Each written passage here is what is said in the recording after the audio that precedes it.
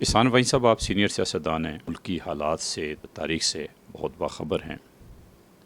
پاکستان میں عام آدمی دیہڑی دار مزدور ہے، کھیت مزدور ہے، بھٹا مزدور ہے، پرائیویٹ ملازم ہے، چھوٹا کاروباری ہے، اس کی زندگی میں بہتری کیسے آ سکتی ہے؟ میاں صاحب، آپ اس ملک کے باسی 80% کا ذکر کر چکے ہیں کہ کوئی دیہڑی دار ہے، کوئی ریڑھی لگاتا ہے، کوئی کھیت مزدور ہے، کوئی ویسے مزدوری کرتا ہے۔ سیدھی بات ہے، اس ملک میں جب سے 1947 سے یہ وجود میں آیا 20% لوگ ہی صاحب اقتدار ہیں، اور جاگیردار بھی وہی ہیں، سرمایہ دار بھی وہی ہیں۔ جمہوریت کے لیے ساری دنیا کے ممالک کو جاگیرداری ختم کرنی پڑی۔ ہمارے ملک میں یہ سب کچھ کیوں ہے؟ کیوں غریب ہیں؟ کیوں بچے بھوکے مر رہے ہیں؟ اس لیے کہ فلسفی کے طور پر بھی ہم جاگیردار اور سرمایہ دار ایک ہو گئے ہیں۔ ساری دنیا میں سرمایہ داری کے نظام کے تحت جمہوریت آتی ہے، خود مختاری آتی ہے، جاگیرداری اس کے خلاف ہے۔ اب آپ کی یہاں پر ساری لیڈرشپ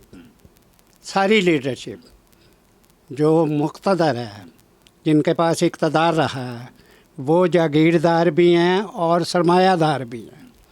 جب سرمایہ دار اور جاگیردار اکٹھے ہو جائیں گے، غریب بھوکا نہیں مرے گا تو کیا ہوگا؟ کیونکہ ایک ملک کے سسٹم کے تحت غربت ختم ہوتی ہے۔ اس لیے یہ سسٹم جب سے ملک بنانے والا تو 1 سال کے بعد فوت ہو گئے، اس کے بعد بما وزیر اعظم لیڈرشپ مسلم لیگ جو کہتے ہیں ہم نے ملک بنایا، وہ ان کے پاس اتنی اہلیت نہیں تھی کہ وہ ملک چلانے کے بجائے کوئی صوبہ ہی چلا لیں، بلکہ صوبہ چلانا بھی ان کے لیے بہت بڑی بات تھی، کوئی ضلع ہی چلا لیں، ان میں اتنی اہلیت نہیں تھی۔ جب انڈیا اکٹھا تھا اس وقت وہ ایڈیشنل سیکریٹری تھے، وہ گورنر جنرل بنے آپ کے پاکستان میں، اور کوئی وزیر اعظم بنا، ان کے پاس حکومت آئی۔ ان کو یہ بھی نہیں پتہ تھا کہ بھائی اس ملک کا آئین بننا ہے۔ ہم نے مذہب کی بنیاد پر یہ ملک بنانے کی کوشش کی، یہ ایکسپلائٹیشن کی، ہم نے مذہب کو نافذ نہیں کیا سوائے آئین میں۔ جب آئین بنا کوئی 22 سال کے بعد، تو اس وقت اس آئین کا بیس ہم نے یہ بنا دیا کہ جی بنیاد جو ہے ملک کی وہ اسلام ہے، وہ مذہب ہے۔ اور 35 سال ملٹری ڈکٹیٹرشپ رہی، اور 35 سال سول حکومت پلس ملٹری ڈکٹیٹرشپ۔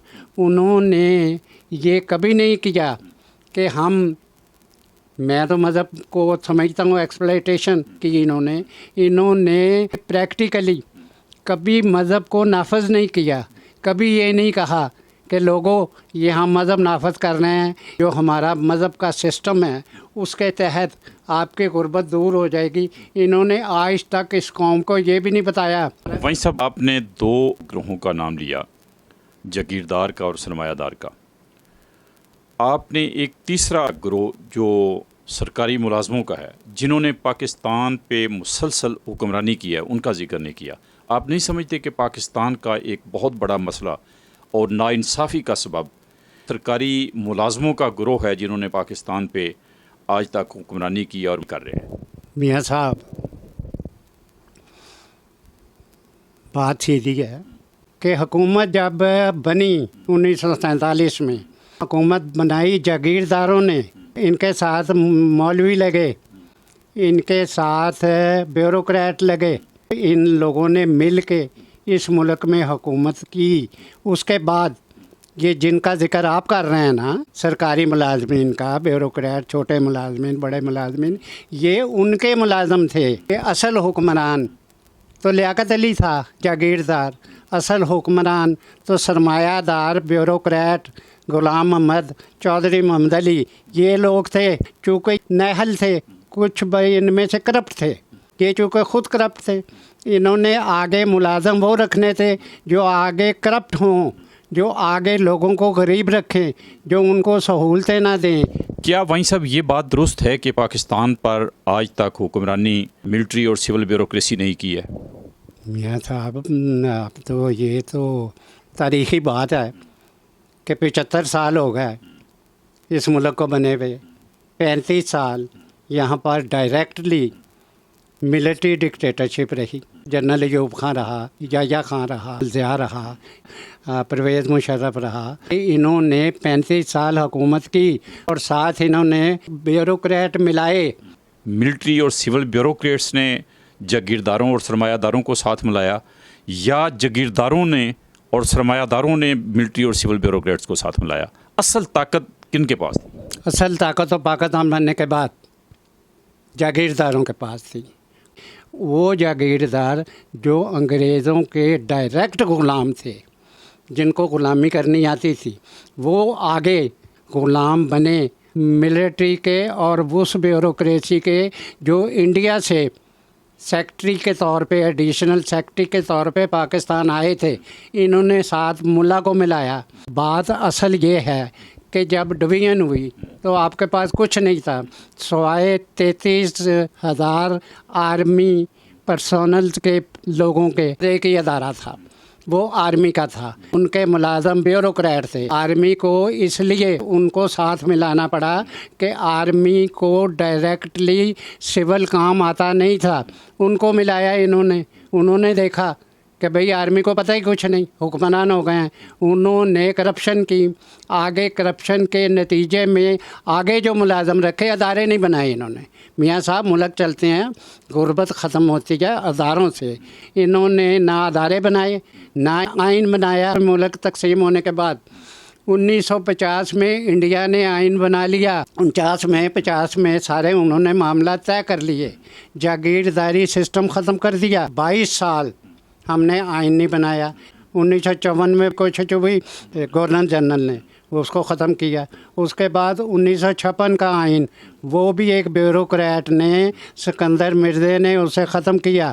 میاں صاحب اس لیے میں یہ سمجھتا ہوں کہ جو بات آپ کہہ رہے ہیں نا، وہ بات تو اس وقت طے ہو سکتی ہے کہ جب آئین ایسا بن جاتا کہ جو پرو عوام ہوتا، پرو غریب ہوتا۔